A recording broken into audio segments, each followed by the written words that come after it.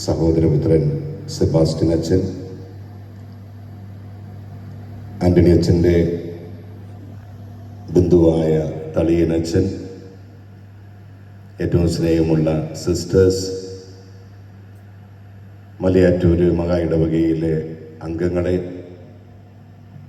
ബഹുമാനപ്പെട്ട ആന്റണി ഊരക്കാടനച്ഛൻ ശുശ്രൂഷ ചെയ്ത ഇടവകളിൽ നിന്ന് വന്നു ചേർന്നിട്ടുള്ള ബഹുമാനപ്പെട്ട സഹോദരി സഹോദരങ്ങളെ, ബഹുമാനപ്പെട്ട ആന്റണി ഊരക്കാടനച്ഛൻ്റെ സ്വർഗീയ യാത്രയ്ക്ക് പ്രാർത്ഥനകൾ നേരാൻ, മംഗളങ്ങൾ നേരാൻ നമ്മളെല്ലാവരും ഈ ദേവാലയത്തിൽ ഒരുമിച്ച് കൂടിയിരിക്കുകയാണ്. അച്ഛൻ്റെ ശവസംസ്കാര ശുശ്രൂഷ വേളയിൽ വചനം പങ്കുവയ്ക്കണം എന്ന് പറഞ്ഞപ്പോൾ എൻ്റെ മനസ്സിലേക്ക് പെട്ടെന്ന് കടന്നു വന്ന ചിന്ത എന്നെക്കുറിച്ച് തന്നെയാണ്.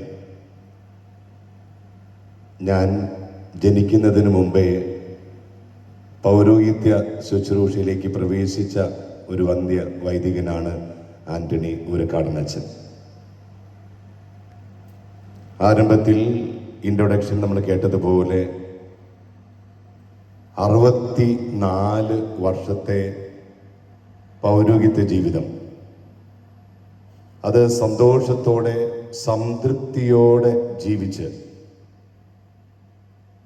ഞാൻ അജപാലന ശുശ്രൂഷ ചെയ്ത എല്ലായിടങ്ങളിലും ഒത്തിരി മക്കൾക്ക് സ്നേഹവും അനുകമ്പയും വാത്സല്യവും ഒക്കെ പകർന്നു കൊടുത്ത, നമ്മളേറെ സ്നേഹിക്കുന്ന, നമ്മെ ഓരോരുത്തരെയും ഏറെ സ്നേഹിച്ച ഈ വൈദികൻ്റെ അന്ത്യയാത്ര വേളയിൽ ഈ വചനം പങ്കുവെക്കുമ്പോൾ പലരുമായിട്ട് എന്നോട് പങ്കുവെച്ച ഒരൊറ്റ സെൻറ്റൻസ് മാത്രം മതി ഊരക്കാടനച്ഛനെ കുറിച്ചുള്ള നമ്മുടെ ചിന്ത. അത് ഇത്രയേ ഉള്ളൂ: ശാന്തനായൊരു മനുഷ്യൻ. ശാന്തനായൊരു മനുഷ്യൻ, സൗമ്യനായൊരു മനുഷ്യൻ.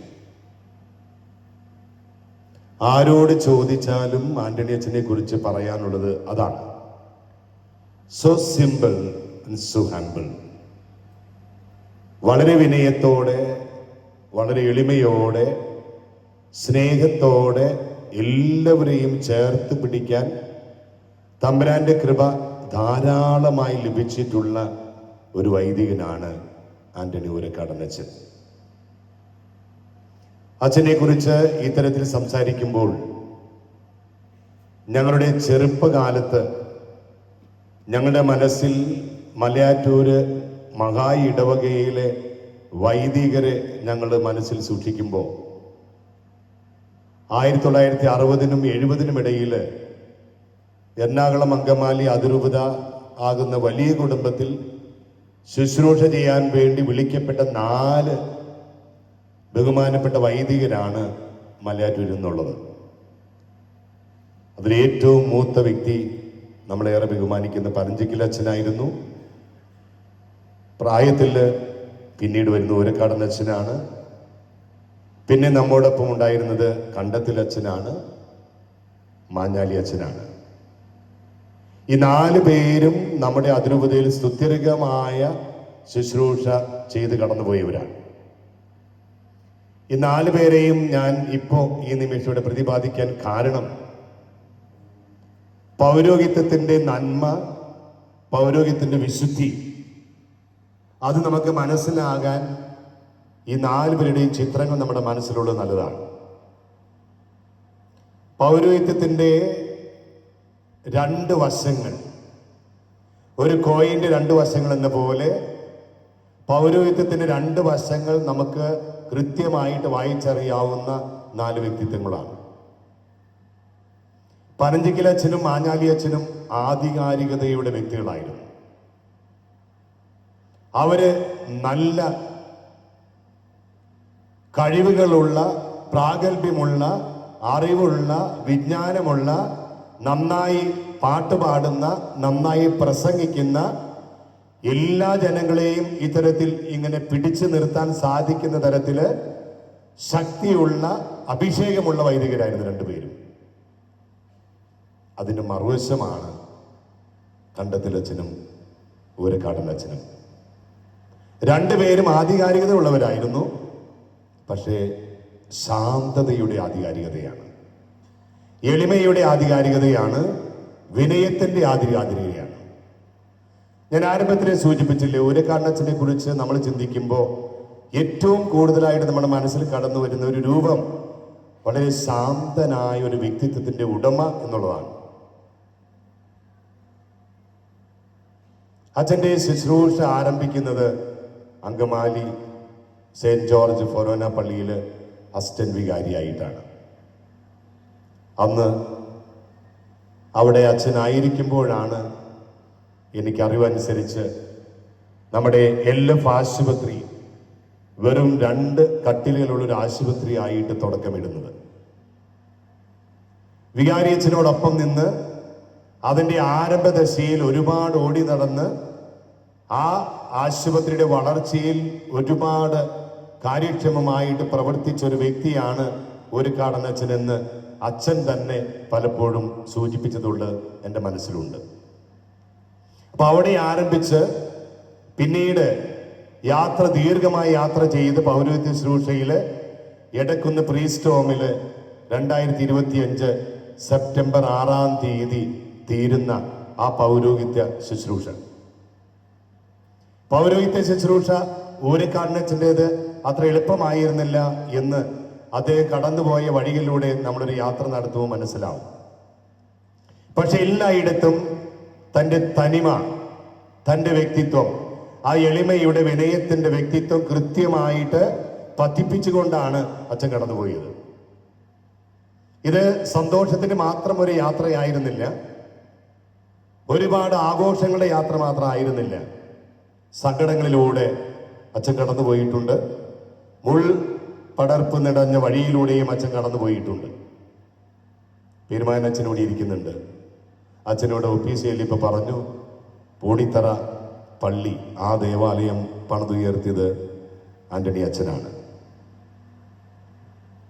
ആന്റണി അച്ഛനാണ് ആ ദേവാലയം പണിതുയർത്താനായിട്ടുള്ള എല്ലാ കാര്യങ്ങളും ചെയ്തത്. അക്കാലത്ത് വളരെ മനോഹരമായ ഒരു പള്ളി അത്തരത്തിൽ രൂപപ്പെടുത്തിയെടുക്കാൻ, അത്തരത്തിൽ വളർത്തി വലുതാക്കിയെടുക്കാൻ അച്ഛൻ ഒരുപാട് ശ്രമിക്കേണ്ടി വന്നു എന്നുള്ളത് ചരിത്രമാണ്. നൊമ്പരങ്ങളിലൂടെ കടന്നുപോയിട്ടുണ്ട് അച്ഛൻ, വേദനകളിലൂടെ കടന്നുപോയിട്ടുണ്ട്, ആശയങ്ങൾ തമ്മിലുള്ള പൊരുത്തക്കേടുകൾ കൊണ്ടുണ്ടായ ബുദ്ധിമുട്ടുകൾ ഉണ്ടായിട്ടുണ്ട്. പക്ഷേ അതിനെയൊക്കെ ദൈവകൃപയിൽ ആശ്രയിച്ച് വേണ്ട വിധത്തിൽ തൻ്റെ ശാന്തതയിൽ നിന്നുകൊണ്ട്, വിനയത്തിൽ നിന്നുകൊണ്ട് അതിജീവിക്കാൻ സാധിച്ച ഒരു ചരിത്രം നമ്മുടെ മുമ്പിലുണ്ട്. അപ്പൊ അച്ഛൻ്റെ ജീവിതയാത്ര ഞാൻ പറഞ്ഞു അത്ര സന്തോഷപ്രദമായിരുന്നില്ല ചില സമയങ്ങളിൽ. പക്ഷെ അത്തരത്തിലുള്ള സാഹചര്യങ്ങളിലെല്ലാം ഒരു വൈദികൻ ഏറ്റവും കൂടുതൽ ചെയ്യേണ്ടതായിട്ടുള്ള കാര്യം ഈ ദൈവത്തിൽ ആശ്രയിക്കുക. ഞാനല്ല, എന്നെ വിളിച്ച, എന്നെ ഉത്തരവാദിത്വം ഏൽപ്പിച്ച ഈ ദൈവമാണ് ഈ കാര്യങ്ങൾ നടത്തുന്നത് എന്നുള്ള ഉറച്ച ബോധ്യത്തോടുകൂടെ പ്രവർത്തിക്കുക എന്നുള്ളതാണ്. അത് അച്ഛൻ ചെയ്തു. വിജയകരമായിട്ട് ആ ദൗത്യം അച്ഛൻ പൂർത്തിയാക്കി. ഞാൻ പറഞ്ഞു, അച്ഛൻ വളരെ ശാന്തനാണ്, എളിമയോട് ജീവിക്കുന്ന ആളാണ്, ഒരു സാധാരണ മനുഷ്യനാണ്. പക്ഷെ ആ സാധാരണത്വത്തിൽ അതിസാങ്കേതികത ഒരുപാട് കൊണ്ടുവന്ന ഒരു മനുഷ്യനാണ് ഊരക്കാടനച്ഛൻ. അതിസാങ്കേതിക എന്ന് അച്ഛൻ പറയുമ്പോൾ കഴിഞ്ഞ ദിവസം 7-ാം തീയതി, ഇന്നലെയാണ് നമുക്കറിയാം, നമ്മുടെ ലിയോ 14 മാർപ്പാപ്പ ഒരു ഇന്റർനെറ്റ് യുഗത്തിലേക്ക് നമ്മളെ കൊണ്ടുപോയ ഒരു വിശുദ്ധനെ നമുക്ക് വേണ്ടി തന്നത്, കാർലോ അക്വിറ്റസ്. എനിക്ക് തോന്നുന്നു ഒരുപാട് വർഷങ്ങൾക്ക് മുമ്പേ ഈ ഇന്റർനെറ്റിന്റെ ലോകത്തിലേക്ക്, കമ്പ്യൂട്ടർ ലോകത്തിലേക്ക്, മൊബൈലിന്റെ ലോകത്തിലേക്ക് നമ്മളെ കൊണ്ടുവന്ന ഒരു സാധാരണക്കാരനായ അതിസാങ്കേതിക വിദ്യ ഉള്ളിലുള്ള ഒരു വൈദികനാണ് ഊരക്കാടനച്ഛൻ. അച്ഛൻ ശുശ്രൂഷ ചെയ്ത ഒരുപാട് ദേവാലയങ്ങളിൽ അവസാന കാലഘട്ടങ്ങളിൽ അവിടെ പോകാനും അച്ഛനോടൊപ്പം സംസാരിക്കാനും ശുശ്രൂഷ ചെയ്തു കൊടുക്കാനൊക്കെ എനിക്ക് സാധിച്ചിട്ടുണ്ട്. അതിൽ സന്തോഷമുണ്ട്. അപ്പോഴൊക്കെ കാണുന്ന ഒരു കാര്യമുണ്ടല്ലോ, വളരെ ലളിതമായ, ശാന്തതയോടുകൂടിയുള്ള ഇടപെടലുകളാണ്. വളരെ കുറച്ചേ സംസാരിക്കും, പക്ഷെ പറയുന്ന ഓരോ കാര്യത്തിലും ഒരുപാട് സത്യമുണ്ട്, ഒരുപാട് മൂല്യങ്ങളുമുണ്ട്. അപ്പോൾ അച്ഛൻ്റെ ഈ വിടവാങ്ങൽ ശുശ്രൂഷയിൽ നമ്മൾ പങ്കുചേരുമ്പോൾ എനിക്ക് തോന്നുന്നു പൗരോഹിത്യത്തിൻ്റെ ഏറ്റവും സുന്ദരമായൊരു മുഖം അത് ഈശോ തന്നെ നമുക്ക് കാണിച്ചെന്നൊരു മുഖമാണ്. അത് ഈ വിനയത്തിൻ്റെ എളിമയുടെ മുഖമാണ്, അനുകമ്പയുടെ മുഖമാണ്. ഇനി ഞാൻ പറഞ്ഞു, അച്ഛൻ ഈ തരത്തിൽ സാങ്കേതിക വിദ്യയൊക്കെ ഉപയോഗിച്ചത് അച്ഛന് വേണ്ടി മാത്രമല്ല, അത് അടുത്തുള്ള മക്കൾക്ക് ഒരുപാട് ഉപകാരപ്പെടുന്ന രീതിയിൽ വൈകുന്നേരങ്ങളിലൊക്കെ അച്ഛൻ ശുശ്രൂഷ ചെയ്ത ദേവാലയങ്ങളിൽ ഇവരെയൊക്കെ വിളിച്ചുകൂട്ടി അവർക്ക് വേണ്ട കാര്യങ്ങൾ പറഞ്ഞു കൊടുക്കാൻ, ചെയ്തു കൊടുക്കാൻ, കാണിച്ചു കൊടുക്കാൻ, അങ്ങനെ ആ മക്കളെ ക്രിസ്തീയതയിൽ വളർത്താൻ വേണ്ടി ഈ സാങ്കേതിക വിദ്യ ഒരുപാട് അച്ഛൻ ഉപയോഗിച്ചിട്ടുണ്ട്. ഈ സാങ്കേതിക വിദ്യകളും ഇലക്ട്രോണിക്സ് ഗുഡ്സും ഒക്കെ അച്ഛൻ്റെ വിശ്രമ ജീവിതം നയിക്കുന്ന എടക്കുന്നിലും ചെങ്ങലുമായിരിക്കുമ്പോഴും ആ മുറിയിലൊക്കെ ഉണ്ടായിരുന്നു. പ്രിയപ്പെട്ടവരെ, നമുക്ക് ഏറ്റവും പ്രിയപ്പെട്ട, നമ്മെ സ്നേഹിക്കുന്ന, നമ്മളേറെ സ്നേഹിച്ച ഒരു കാരണച്ചനോട് നമ്മൾ ഒരുപാട് നന്ദി പറയാൻ കടപ്പെട്ടിട്ടുണ്ട്. കാരണം അച്ഛനിലൂടെ ഒരുപാട് ഈശോയുടെ മൂല്യങ്ങൾ നമ്മിലേക്ക് അച്ഛൻ ചൊരിഞ്ഞിട്ടുണ്ട്. സിമ്പിളായിട്ടുള്ള വഴികളിലൂടെയാണ് ചെയ്തത്. മുഴുവൻ സന്തോഷത്തോടെ ചെയ്തു.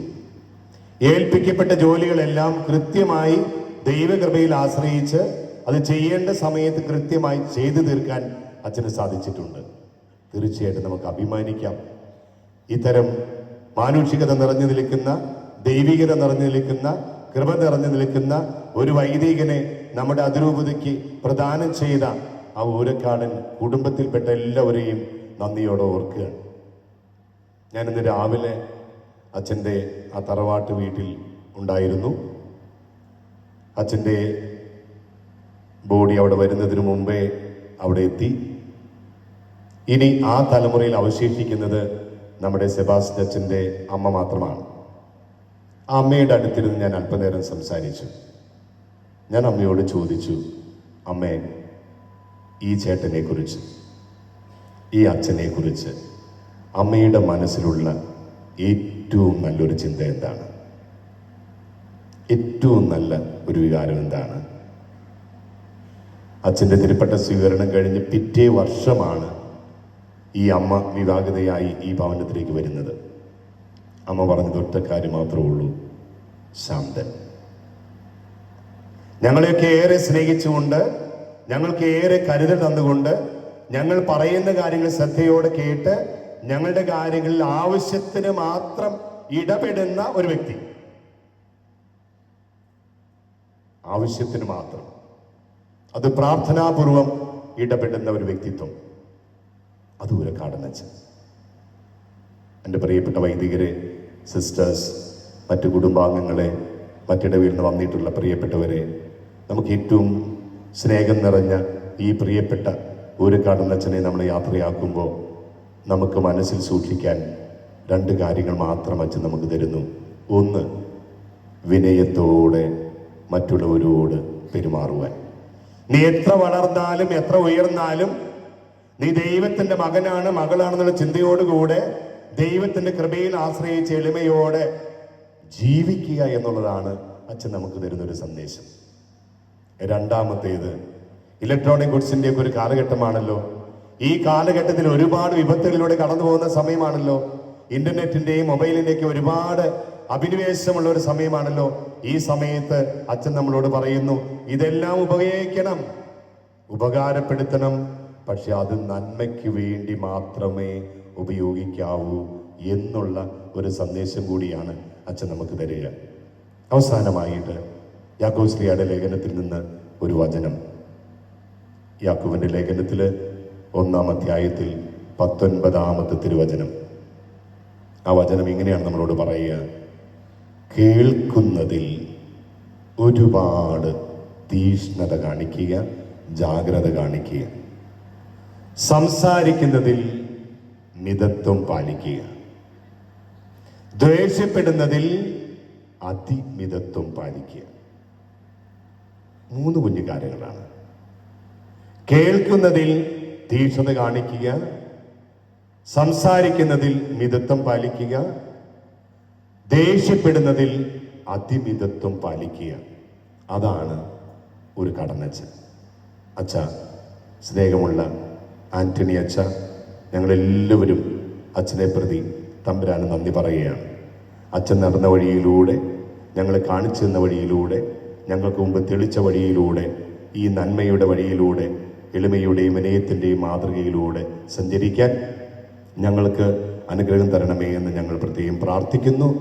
ആ കുടുംബാംഗങ്ങൾക്ക് പ്രത്യേകിച്ച് അനുശോചനം രേഖപ്പെടുത്തുന്നു. പ്രത്യേകിച്ച് അനുജൻ്റെ മകൻ സെബാസ്റ്റ്യൻ നമ്മോടൊപ്പമുണ്ട്, ബന്ധുവായ തളിയനച്ഛനുണ്ട്, ബന്ധത്തിൽ സ്വന്തത്തിലുള്ള സിസ്റ്റേഴ്സുണ്ട്, വൈദികരുണ്ട്, അൽമായരുണ്ട്. എല്ലാവർക്കും പ്രാർത്ഥനയോടെ അനുശോചനം രേഖപ്പെടുത്തുന്നു. അച്ഛൻ്റെ നിത്യശാന്തിക്ക് വേണ്ടി നമുക്ക് തുടർന്നും പ്രാർത്ഥിക്കാം. അച്ഛൻ ഈ സ്വർഗീയ യാത്രയ്ക്ക് പോകുമ്പോൾ ആ യാത്രയിൽ നമ്മെക്കൊണ്ട് ചെയ്യാവുന്നത് അച്ഛനെ ഓർക്കുക, നന്ദിയോടെ ഓർക്കുക, പ്രാർത്ഥിക്കുക എന്നുള്ളതാണ്. നമുക്ക് പ്രാർത്ഥന തുടരാം. ദൈവം നമ്മെ അനുഗ്രഹിക്കട്ടെ. പിതാവിൻ്റെയും പുത്രൻ്റെയും പരിശുദ്ധാത്മാവിൻ്റെയും